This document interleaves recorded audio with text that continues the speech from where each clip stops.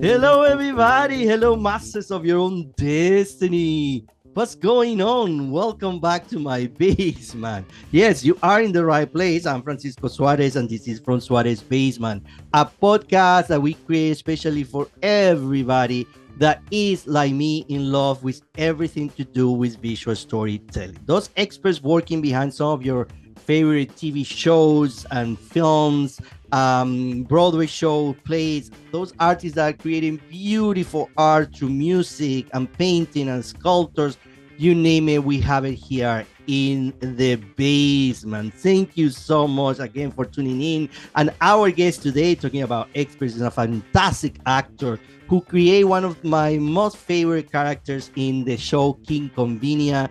Paul Sun-Hyung Lee is in the house. He played the role of Appa, of course, in the show King Convenient, but he also is now well known for his role of Uncle Iroh in the new adaptation of Avatar, The Last Airbender in Netflix. So I cannot wait to have this conversation with Paul.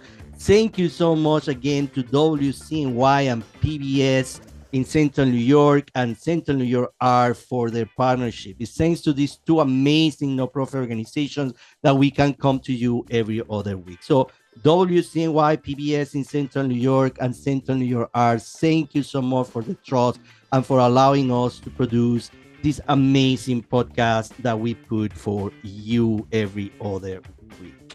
Remember, fxbasement.com is our place. You go there, you're going to be able to see all the past episodes in audio and in video, and you can follow us in all social media, from TikTok and Instagram, Facebook, you name it. We are everywhere. Just click, that you like, and become part of our family. fxbasement.com and social media, the way to interact with us. Let's start this new episode from Suarez Basement right away. Here we go. From basement to basement, well, we want to welcome you and thank you for taking the time to be with us. Oh, well, thank you so much for inviting me. It's an honor. No, it's a pleasure. Listen, I mean, to be that I'm a big fan of yours is an understatement, because I am.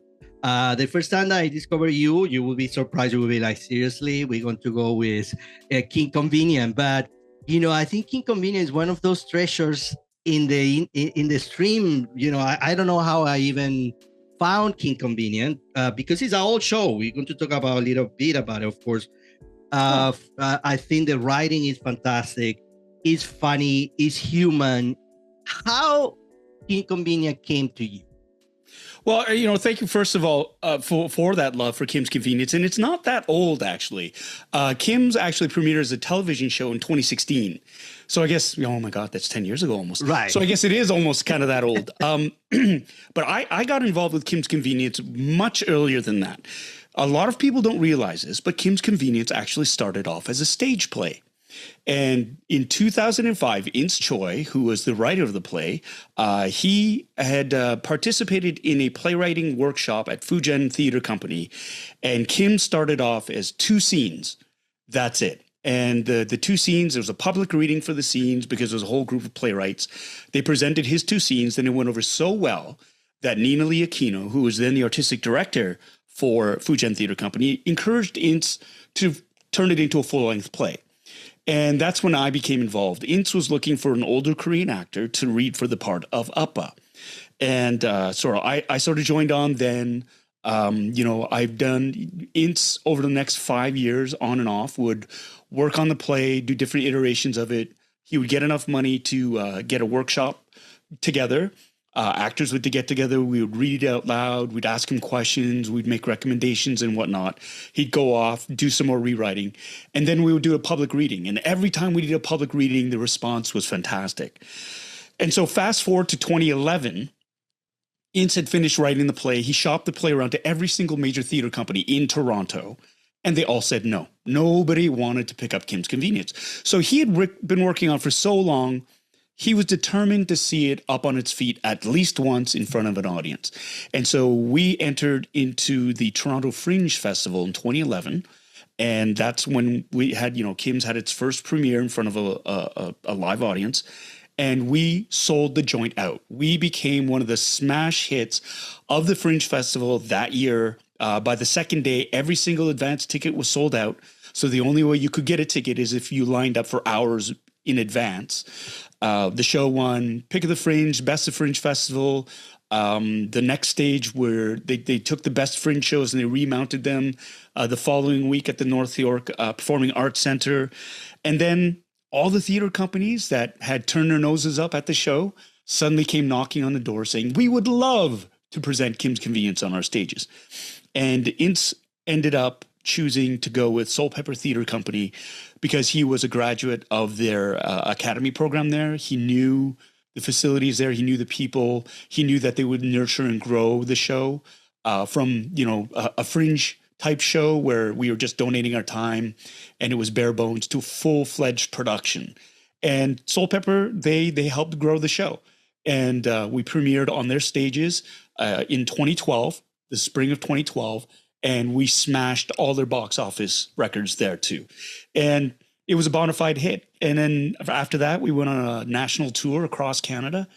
And I remember we were in Ottawa at the National Arts Center when we got word that the show had been picked up and was going to be developed for a television series. Wow. And so it was 2014. We're at the NEC. And we went to camera in 2015. The show premiered in 2016, and we never looked back. And it's because of Kim's Convenience. I love that people still recognize me from Kim's Convenience because that was a launching pad, really, for my career. I had been working as a journeyman actor since 1999. Oh my God. And really, it wasn't until Kim's Convenience that my career took off. Kim's Convenience got me in front of the producers for Star Wars, Dave Filoni. His wife made him watch Kim's Convenience, and it's because of Kim's that he saw my work and liked my work and wanted to write a part for me in The Mandalorian. And, it's because of Kim's Convenience that fan casted me when they found out that they were going to be doing a live action adaptation of Avatar: The Last Airbender. So all things sprung from Kim's Convenience. And so I love doing Kim's Convenience. He's still one of my favorite characters of all time. So I will never, ever take umbrage to anybody saying, I'm sorry, but I know you from Kim's Convenience. That's fine. That is fine. Well, It is fine. I'm just very, I have the chance through the podcast to interview a lot of actors, which I'm fascinated with the process. There is something about the true person, in this case, Paul, and the true character. And in order to create good acting, you merge those two things. So my question to you is, what is of you, Paul, in Appa, and what is Appa in you?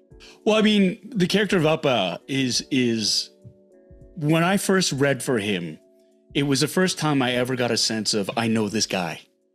I know who this guy is.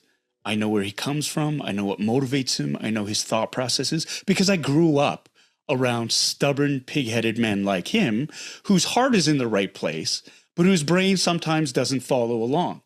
And that's the thing. It is Mr. Kim, Appa, is an amalgam of all the crazy, stubborn Korean men I grew up with and loved, from my dad to my uncles to my grandfathers to all the ajashis and the elders at the churches that my parents dragged me to. He's that guy. He's that guy. It's his way or the highway. He knows better than everybody else. He's smarter than everybody else. Right. And so that's the kind of guy. And funny story about Kim's Convenience. I use an accent for the show, and that voice is my dad's voice. And for the longest time, as a professional Asian actor, or an actor, not an professional Asian, as a professional actor of Asian descent is what I should be saying. At the beginning of my career, oftentimes I was asked to employ an accent. And I could do Chinese, I could do Japanese, I could do different ones. I could not do Korean. There was a block. There was a mental block. I could not do a Korean accent to save my life. It would come out and it would sound Russian because I had a block. Because growing up, I didn't want to be Korean. My parents immigrated to Canada when I was 3 months old, and they were always at work. And so I learned to speak English by watching television, basically. And going to school, it was painfully obvious. I was very different from everybody else. From the food I brought to the way I was dressed, the way I looked, all those things just pointed out I am different. And when you are consuming television like I was back then, and You know, you're watching portrayals of normal, fun families, and you don't see anybody that looks like your family, or the ones that you do see are weird and strange and they're being made fun of. You don't want to be like that because you are taught that your stories don't matter, that your family is weird, that everybody's going to make fun of you. So who would want to be part of that? And so there was a concerted effort on my part growing up to just want to fit in. I didn't want to be Korean. I just want to be like everybody else. Same food, same way everybody dresses, watch the same shows. You know, my parents I could do nothing about because my parents were never, ever like any of my white friends' parents. And, you know, that takes a toll. And I pushed everything away. And I think to this day, I regret it. I deeply, deeply regret those choices because the irony of all ironies, the biggest sort of boom to my career has been when I've embraced or leaned into what my heritage is. I can't escape that. I'm Korean Canadian. That's who my parents are. That's my heritage.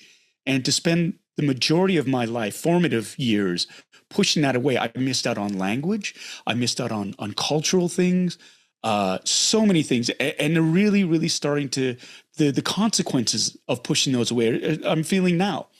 I don't speak Korean well enough to communicate with my family, my parents especially. And they're losing their ability to speak English as they get older. They're learning, their English is getting worse, which is really weird. And so it's hard for me to communicate with them, and it's frustrating. And there's a wealth of knowledge that I'm not going to be able to access because I can't talk to my parents, let alone all the culture that I missed really by trying to run away from it. And so for me, reading the part of Appa and seeing who he was and seeing so much of my father and all these men that I loved growing up, seeing that reflected in such a loving and respectful manner was just, it was intoxicating because I'd never, ever seen such a fair depiction of these men before. They're always, you see the stereotypical Asian man on TV who's the angry taskmaster who is completely unreasonable and is just mean. And that is not these men at all. And, you know, to be able to see like a love letter to my dad melted my heart. And so it was something about that, reading that suddenly a lock was open in my head and my dad's voice started coming out. And so that's the voice I use is my Appa's voice.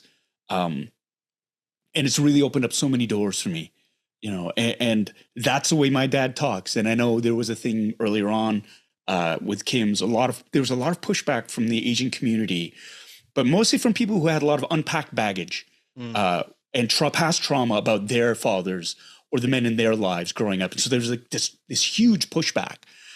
But really what it was, Kim's Convenience is about family. It's about a man and his wife who are trying their best to run a business and raise a family. And the problems that they have, and they're depicted in such a loving, human way. And yes, it's a sitcom, so certain elements are going to be exaggerated. But I'd never, ever seen a portrayal as loving as that before.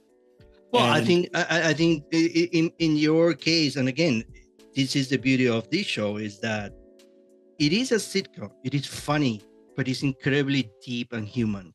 And that is what it makes it that half an hour go so fast and I want to watch the next one is because you feel so connected to these characters.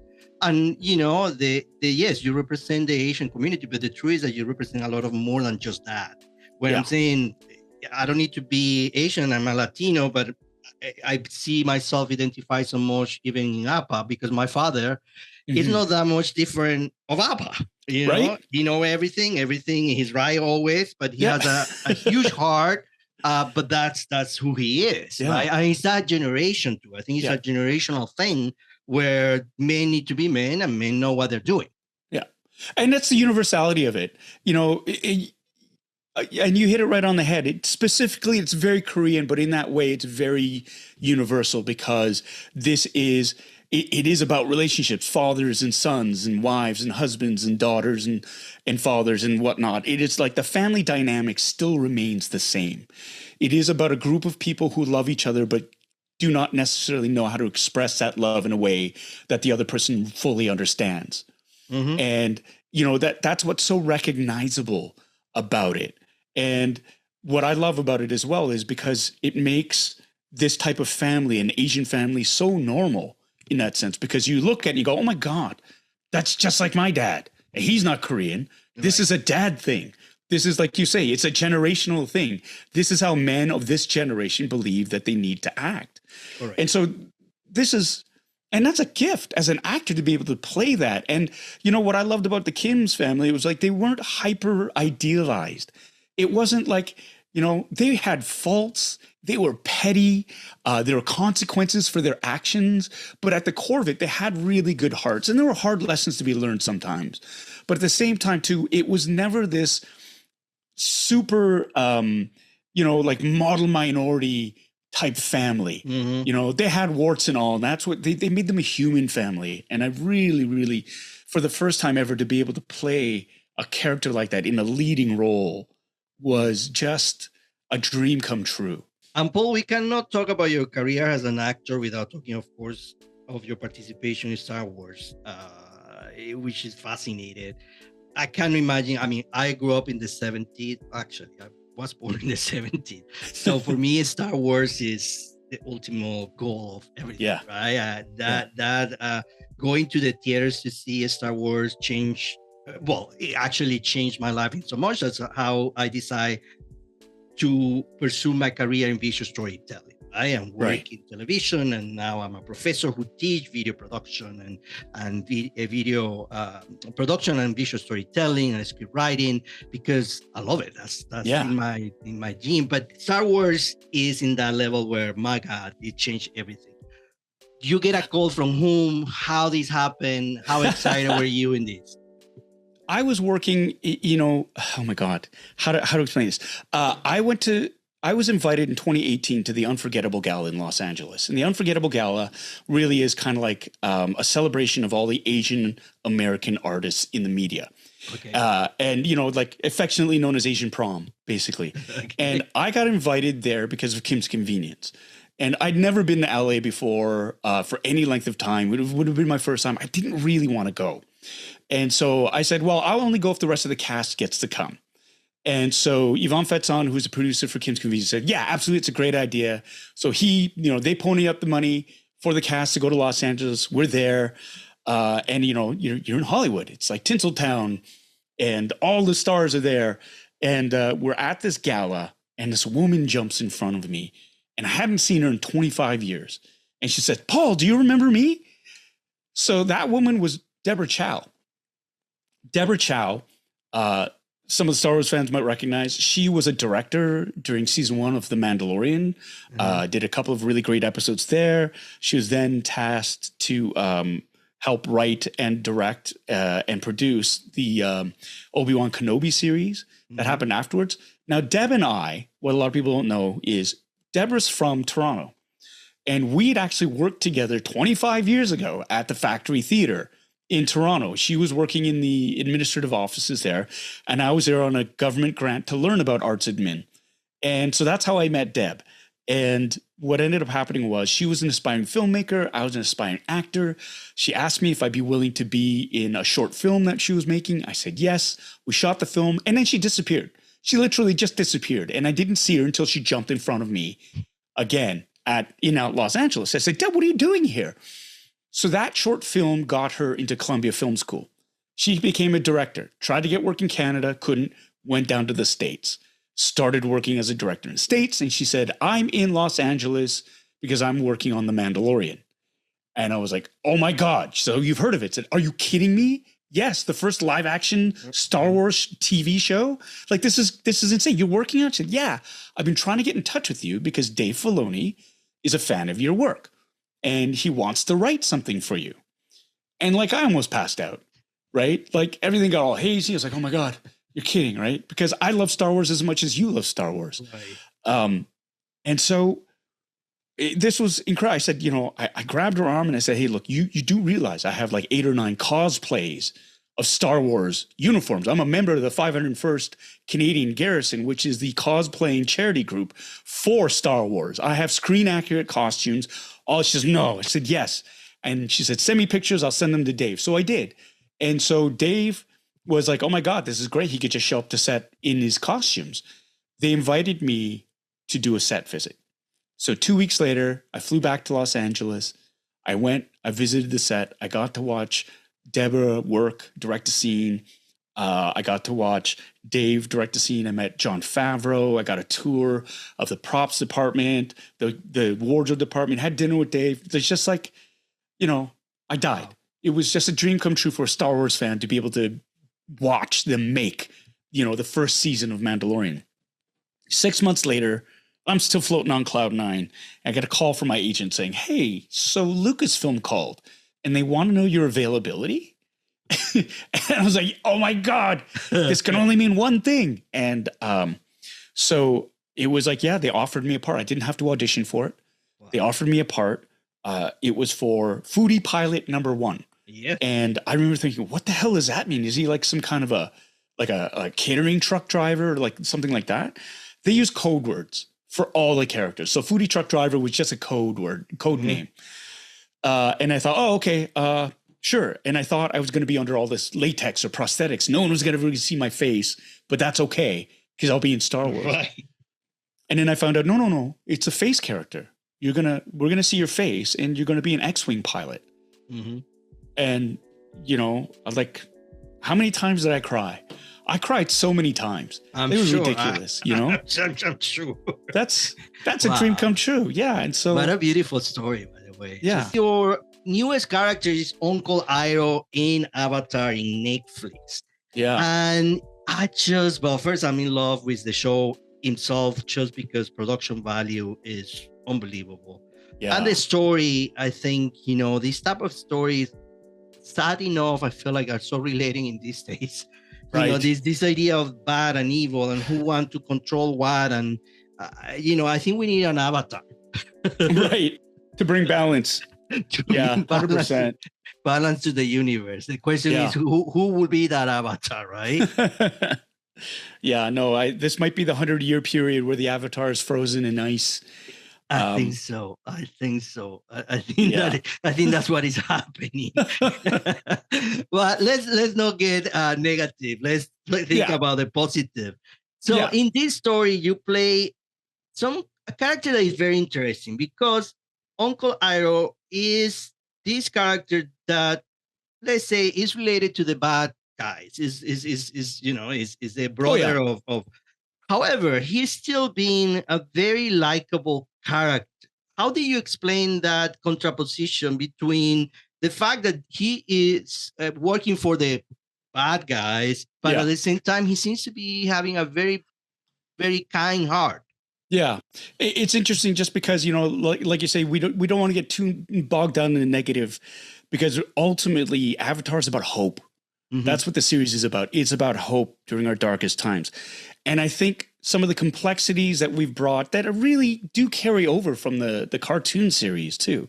I mean, I find it so ridiculous that people are so dismissive of anything animated because they automatically think, well, it's for children, so it's got to be very simple and childlike and whatnot. Some of the most complex themes and ideas and issues are tackled through animation. And, you're doing yourself a disservice if you're just going to write something off because it's animated. First and foremost, that's what I'm going to say. There is a certain complexity that is brought over because we did use the cartoon series as a base for us. Mm-hmm. That was our ground zero. That's how we built everything from. The adaptation is of itself completely its own thing, though, right? And so what we've been able to do is stay faithful to a certain extent to the source material, but we are creating our own show. And in this show, there is a complexity of character. Things in life are never black and white. They're never that simple. Mm. And so this is carried on to all the characters. Iroh has this word, this line, I think in episode 4, he says, cities are like people. They all have their dark places, right? And it's true. None of us is perfect. None of us is perfect. And if we can agree that even the best of us can have their dark parts, we can also agree then the worst of us can have their good parts. Not to say that Iroh is like that, but there is that complexity in life, the gray areas that I think the show touches upon, where you can be part of the Fire Nation, the aggressors in this 100-year war for domination.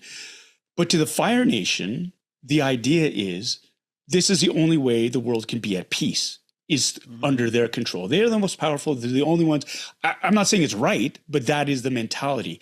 Very few times do the bad guys think they're the bad guys. They don't go, we're the bad guys, so we're going to do bad things. No bad guy in the history of bad guys has ever thought that. So that sort of carries on. And there's a sadness to Iroh because he was on that track of, he was next in line to be the Fire Lord. He was the dreaded dragon of the West, the general that laid siege to Ba Sing Se for 600 days, a cunning warrior, ruthless enemy, and he gave that all up. He gave it all up. Now, he was usurped in his path to the crown by his younger brother, right? Unbeknownst to him. But it was really until after he suffered the loss of one of the things he loved the most in his life, which was his son Liu Ten, during the siege of Ba Sing Se, that it really for him, life came. He lost everything that was important. And so his perspective changed. And he saw that his track was empty and there was nothing to it and fruitless and how much damage he was doing. And so now he is on a more enlightened path. And he's very, very surreptitiously moving against. He doesn't believe in what the Fire Nation is doing anymore. He's not really overtly speaking out against it either because he knows that's suicide. So he's playing the system the best way he knows how.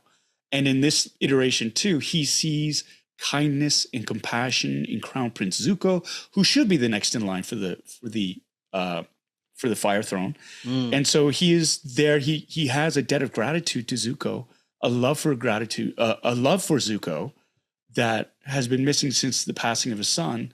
And so he's using Zuko as a sort of a surrogate, but also as a means to perhaps change the trajectory of the Fire Nation and to give him life lessons and to spare him the pain that Zuko is feeling right now.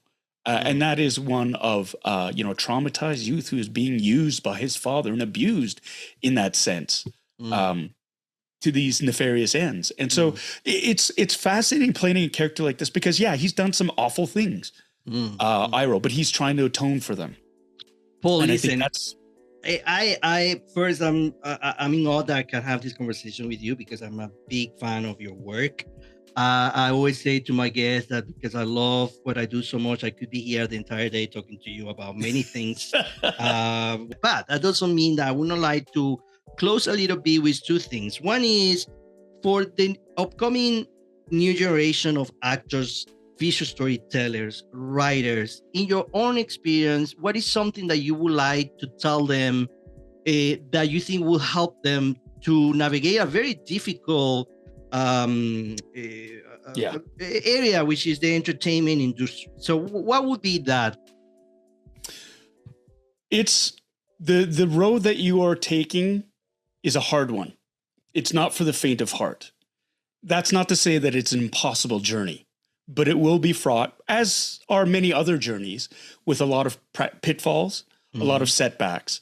But at the end of the day, if it is something that you are truly passionate about, keep at it. Surround yourself with peers and friends who are like-minded, who will support you. Always do the work. Learn at every opportunity. Learn. Treat your profession as a profession. It's not a hobby.